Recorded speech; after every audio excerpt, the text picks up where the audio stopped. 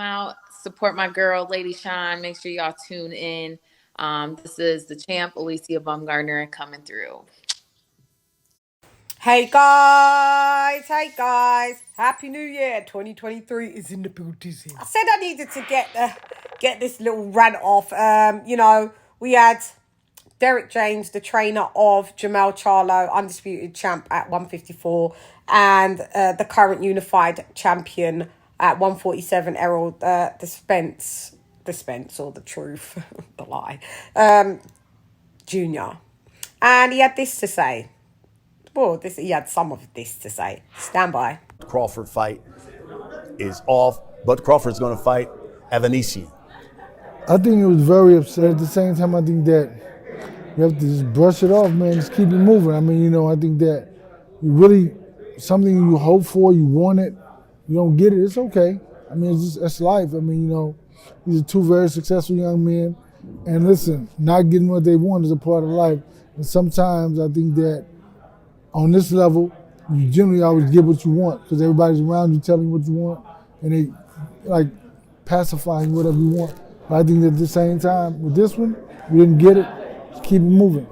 Were you, and I'm talking about as a camp, disheartened when you heard Bud's rationale where he had said, hey, look, I felt like they kept putting the fight off. I said I wanted to fight this year.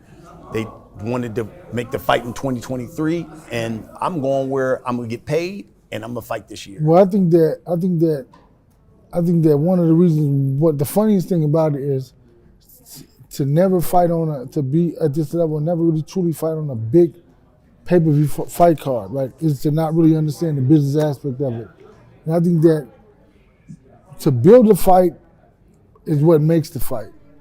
And so what happened when you see him take this other fight and not build the fight and see you don't get, like, he gets what he wants, but the promoters as a whole don't get what they want, right?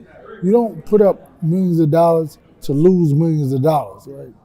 So I think that's the part of life that he really doesn't truly understand as a fighter and not a businessman.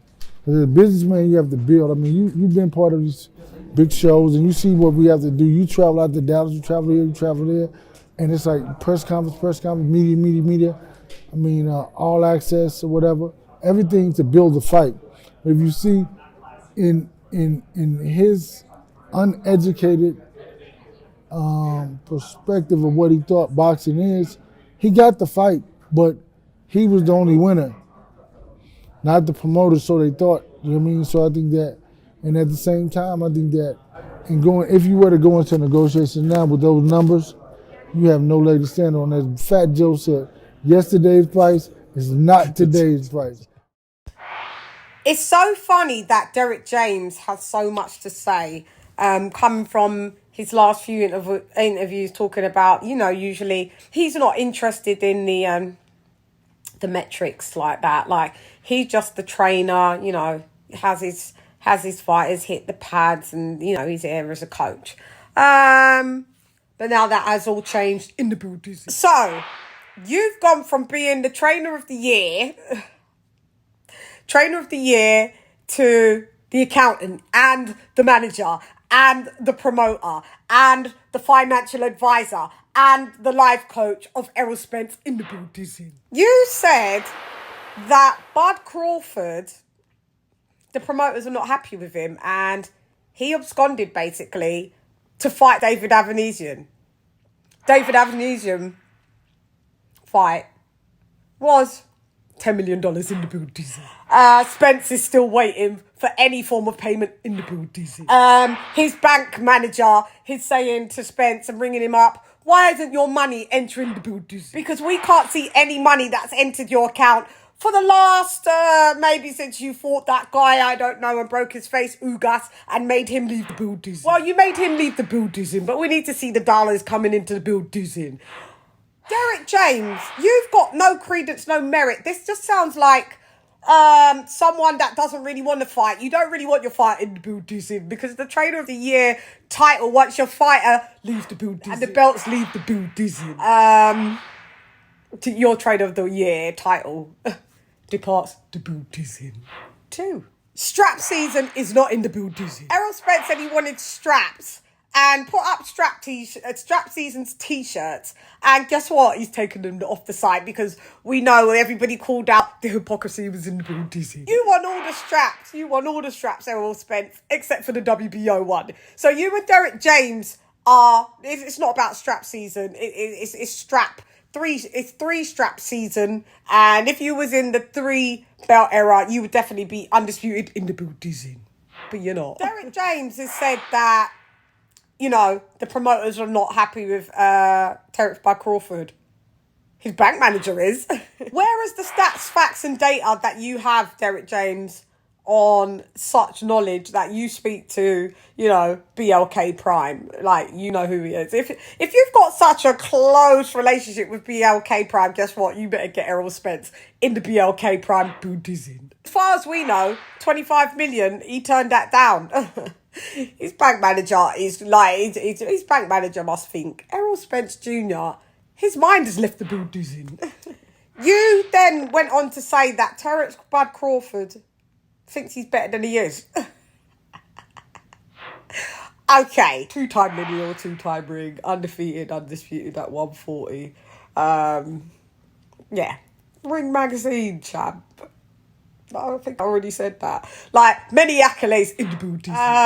Let's verse it your fight. We already did a resume breakdown and we realised that Bud Crawford has the better resume. His resume was more stellar in the booties.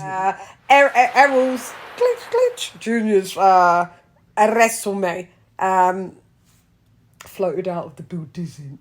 So because you've got your flat-footed southpaw fighter that's only been at one weight class, sells t-shirts talking about strap season but doesn't want the WBO, never been undisputed and has this chance to do it and ran all the way to the bank, failed to acknowledge Crawford until he moved up, then, you know, tried to pretend he didn't know his name, and then said, go get about, why do I need to fight you when I can go the easy route and fight Sean Porter, who you know, you just about scraped away. Split decision.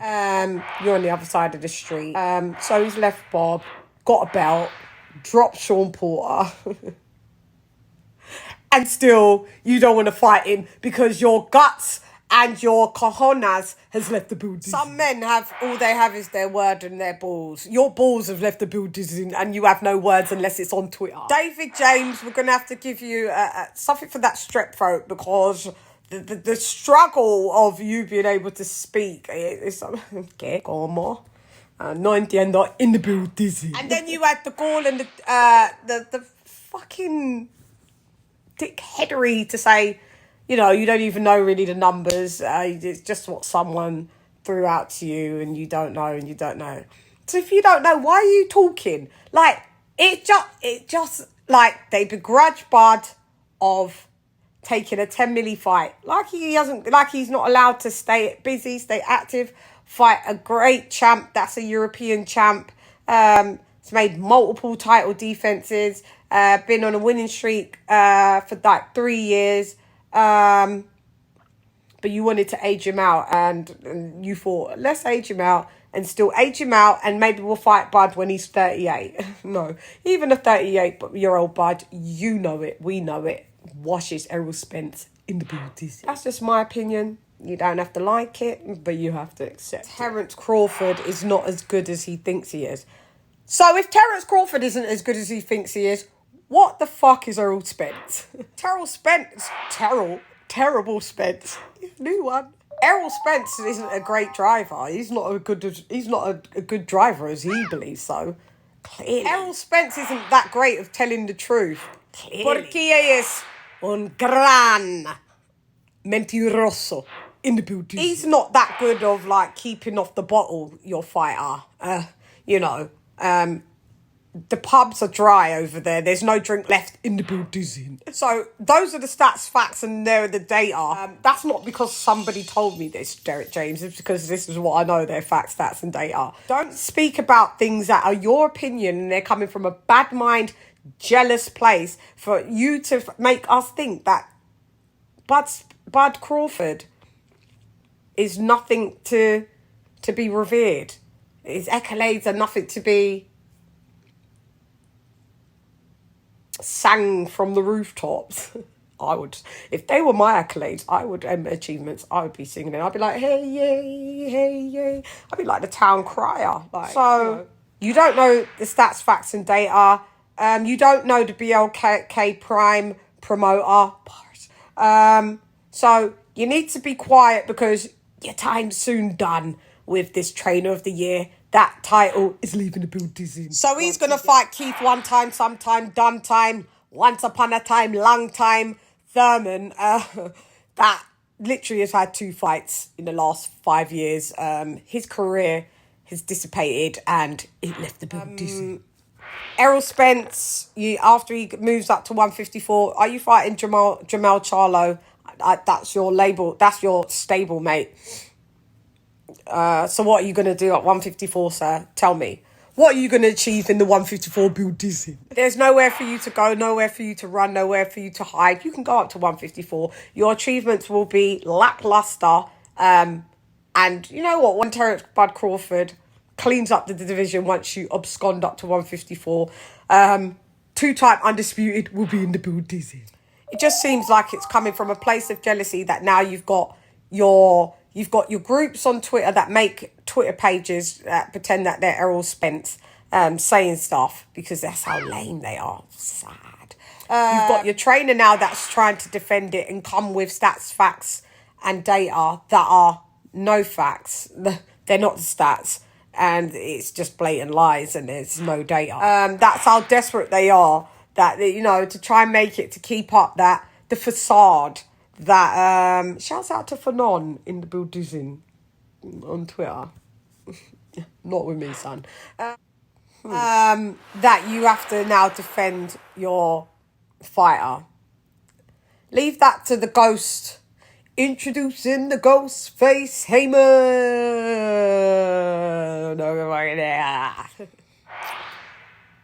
Yeah, crazy. So yeah, we could see the desperation that's in the building. So it's quite sad when you see trainers now trying to stand up for, you know, well, they know that's not right and they know it's not facts.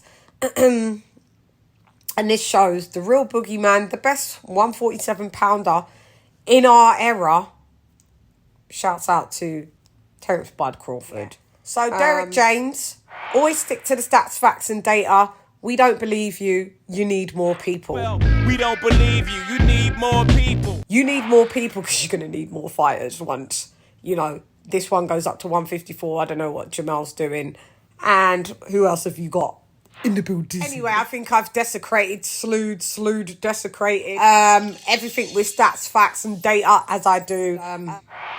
Humiliation should enter the building. Errol Spence, when you're ready to get over your fake injuries from, you know, from the 14-year-old that crashed the car. Where's the 14-year-old? We haven't seen him. We haven't seen his face, nothing. All right, he's a minor. We haven't even heard his name in the building. Was that a real wreck where someone wrecked into you? Because it looked like you pretty much wrecked into somebody else because your car was out of the building. Listen, your car was totaled in the building. Your car was written off out of the building. And you jumped on that live mighty quick to be like, look, I'm all right. Like, look, this is what happened. It was a 14-year-old. We never saw you even pan left or right to the 14-year-old's car, that the so-called 14-year-old that stole his parents' car. Where was it? Not there.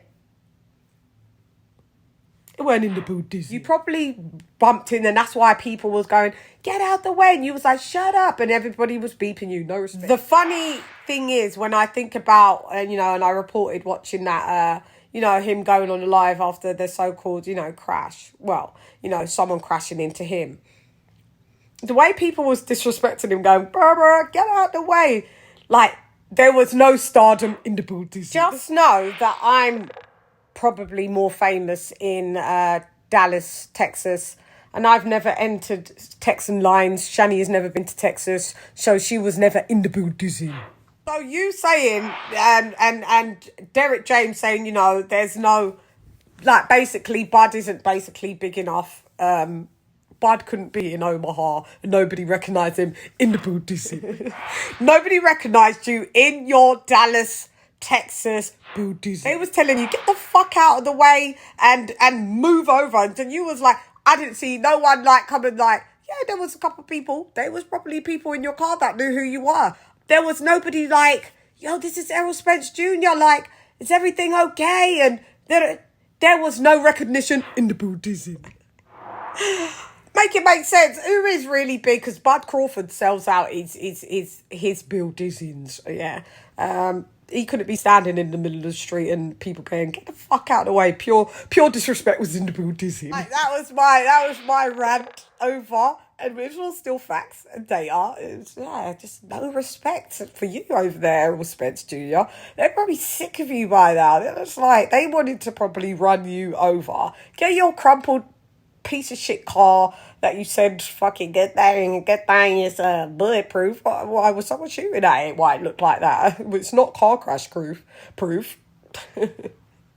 Fucking hell. Anyway, I'm gone. Hey girl, this LadyChann. Rap nonetheless, come box with Chan. Gan. Happy New Year. 2023 is in the Buddhism. Gan.